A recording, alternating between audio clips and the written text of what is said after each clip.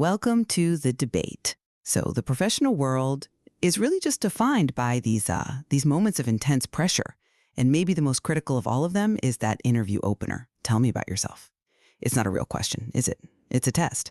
It's a 60 to 90-second pitch where you either, qualify yourself or you fade away. And our source material argues, pretty forcefully actually, that success here really hinges on sticking to a very rigid formula: present, past, future. And that brings us to our central question today.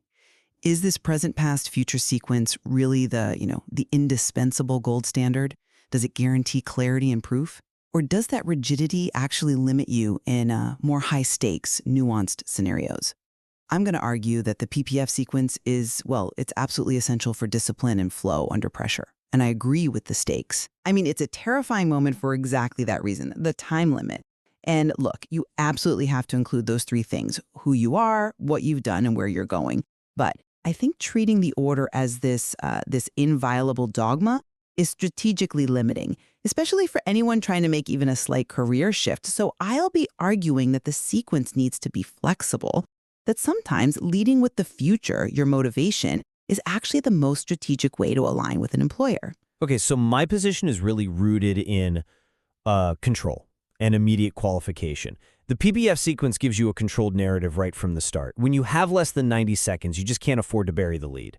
Starting with the present, the hook, as the material calls it, is tactically essential. It immediately establishes two things: seniority and your specific flavor. So instead of just saying, I am an accountant, the PPF forces you to say, I am a job title with X years of experience specializing in forensic auditing. Right there, you're ticking the recruiter's boxes. Then the structure just progresses logically. You establish your expert status, that's the present. Then you immediately prove it with quantifiable wins from your past, using that mini STAR method, citing things like I cut costs by 20% or reduced churn by 15%. And only then do you bridge to the role, the future. You're delivering objective, quantified proof before you talk about your motivation. It's like a legal brief: prove first, then the conclusion. It stops you from sounding like you're all talk. That legal brief analogy is strong, I'll give you that. It's a defense of efficiency. But this isn't a legal brief. It's a sales pitch. And in a sales pitch, sometimes efficiency can, sacrifice strategic resonance. If you have to follow that present-past flow, you're forced to anchor the whole conversation to your current job, which can be a real problem if you're trying to pivot. A really strategic interview answers the unasked questions first. Why are you leaving? And why us? The future component is the only part that can do that.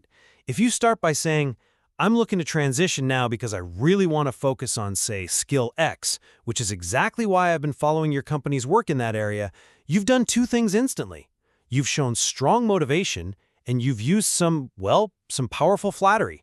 That completely reframes the past evidence. It's no longer a CV recitation, it's a set of tailored proof points for the future you just described. I see why you think that, but let me offer a different perspective. Let's focus on the utility of the present as that compulsory hook. The first 15 seconds are just about rapid qualification. If your title is Digital Marketing Manager, saying that first confirms you meet the basic criteria.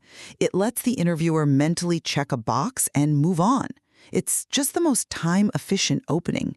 If that same manager immediately clarifies, I specialize in enterprise client retention and managing 8-figure ad spend budgets, they've added huge value. If they just skip that and jump straight to the future, you risk frustrating the interviewer, who is just sitting there thinking, okay, but what is your actual background? Are you a junior or a senior director? The PPF is a control mechanism. It gets the validation out of the way so you can get to the proof. I appreciate the focus on validation, but I question the risk of that validation. What if that digital marketing manager is trying to move into a purely data-driven strategy role? They're moving away from creative execution.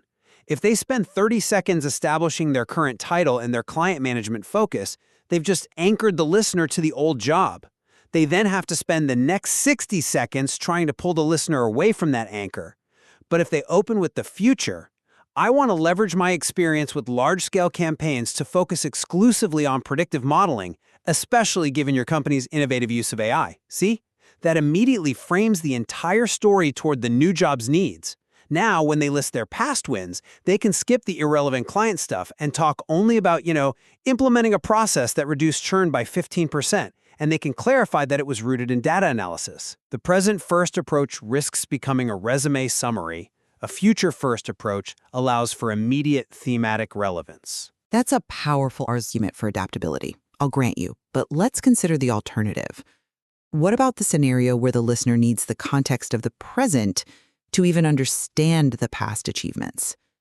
If you just list 3 wins, reducing costs, increasing revenue, but you haven't said you're a director of operations, those wins lack weight.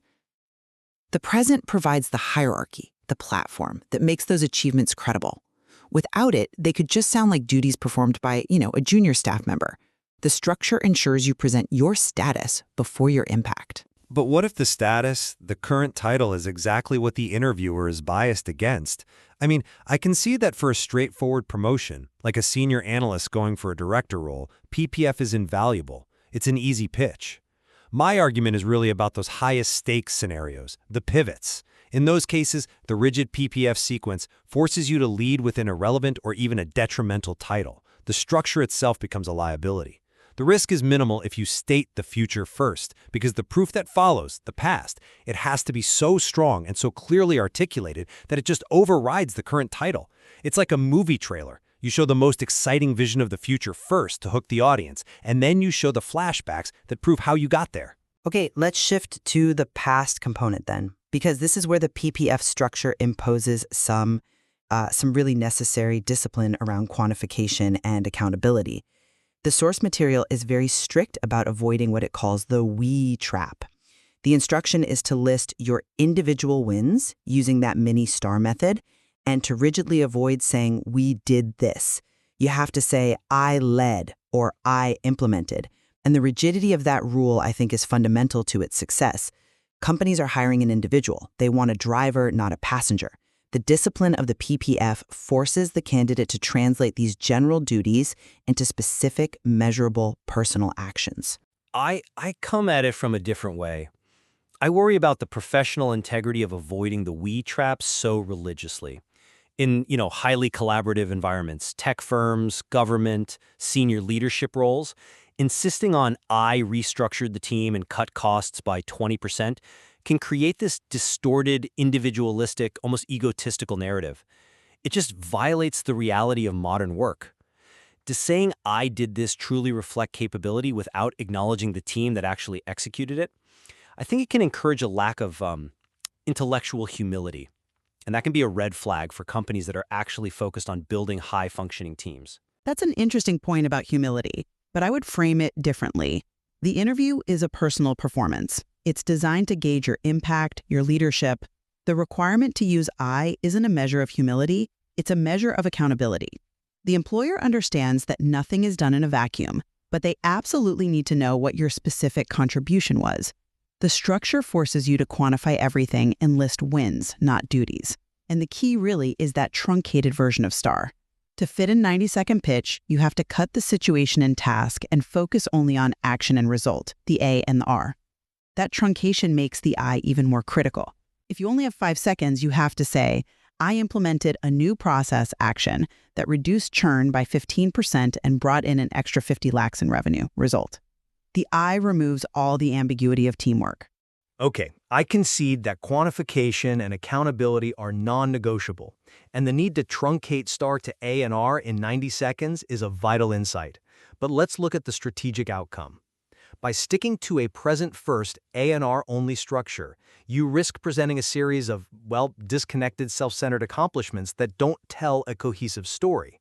If the pitch started with the future, I want to join your firm because I specialize in maximizing efficiency in environments undergoing rapid scale, then the A&R points that follow are instantly filtered through that specific lens. The focus isn't on how great you are in general, but on how perfectly your past results are tailored for their specific problem. The rigid PPF sequence can make the past sound like a random list of achievements. Strategic flexibility turns the past into a focused business case. And this discipline of building proof, it carries through beautifully to the final stage, framing the future. The PPF formula handles that tricky "why are you leaving" question so effectively by mandating a positive exit. The instruction is clear. You frame the move as professional ambition. You say you've hit a ceiling in terms of a growth area or you're seeking broader scope. You never ever criticize a current employer. This positioning makes the candidate look forward-thinking and ambitious, not difficult. The PPF ensures this closing statement is a high-discipline, pre-scripted sign-off.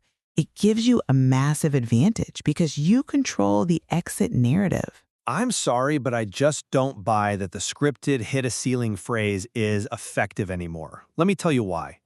Avoiding bad-mouthing your boss is, professional rule number one, of course.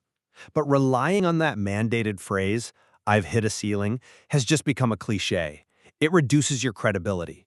For an experienced person, it almost suggests a lack of foresight. It implies, "I waited until I ran out of row before I started looking," instead of, "I proactively planned my next move." And if the bridge to the future is left until the very end, and it relies on generic flattery, "Your reputation for X is what I'm looking for," it can feel so hollow if the present and past didn't organically lead to that specific value, X. If I started with the future, I can make that connection immediate and deep. I want to apply my 15% churn reduction process from my past to your unique environment, the future, because I know your challenge is high-volume growth. It's just so much more direct. The power of the present, past, future formula is its effectiveness under pressure.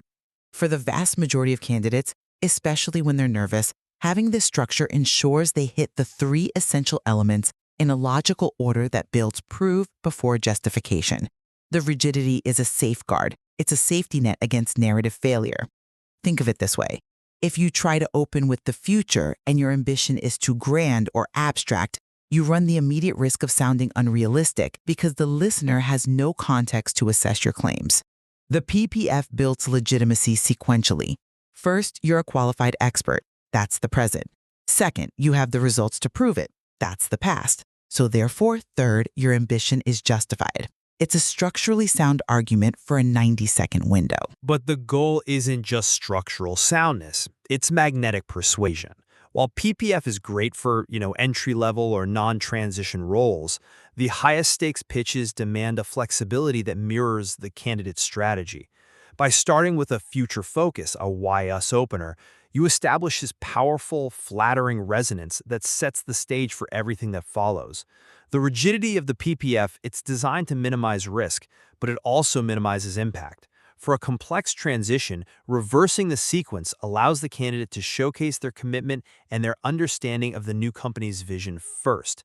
It makes their past successes look like perfectly tailored stepping stones, not just a chronological list of historical facts. The essential tension here is really between validation and vision setting.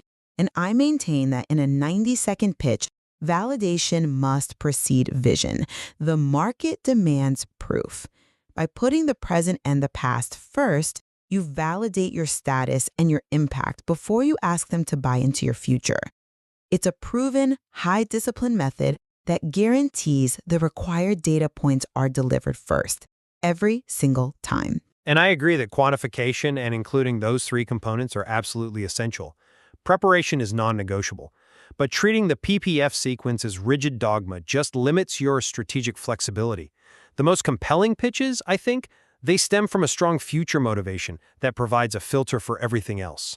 You use the past achievements as the undeniable proof points for that future goal. Articulating why you are applying should drive the conversation, not just be the last sentence you tack on at the end. And that tension right there between structural efficiency, the PPF, and strategic flexibility, that's exactly why the Tell Me About Yourself opener remains one of the most debated and studied parts of professional communication. Exactly. Both approaches really highlight the absolute necessity of deep preparation, detailed quantification, and a precise understanding of the ultimate goal. You have to turn a list of facts into a compelling case for your future value. Exploring this just sharpens our understanding of how to do that best.